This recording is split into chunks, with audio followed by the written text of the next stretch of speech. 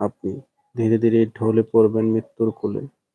এমন অবস্থায় যদি চোখের পলকে হারিয়ে যাওয়া উট আপনার কাছে ফিরে আসে, আপনার চেয়ে সুখী জগতে তখন আর কেউ হতে পারে না। আমরা যখন এর পাপ করে আল্লাহর কাছে আন্তরিক তওবা করি, মাফ চাই, চোখে জল ফেলে করজোড়ে ক্ষমা প্রার্থনা করি, আল্লাহ ওয়া আল্লাহ ওই হারিয়ে যাওয়া উট ফিরে পাওয়া ব্যক্তির চাইতেও বেশি খুশি হন।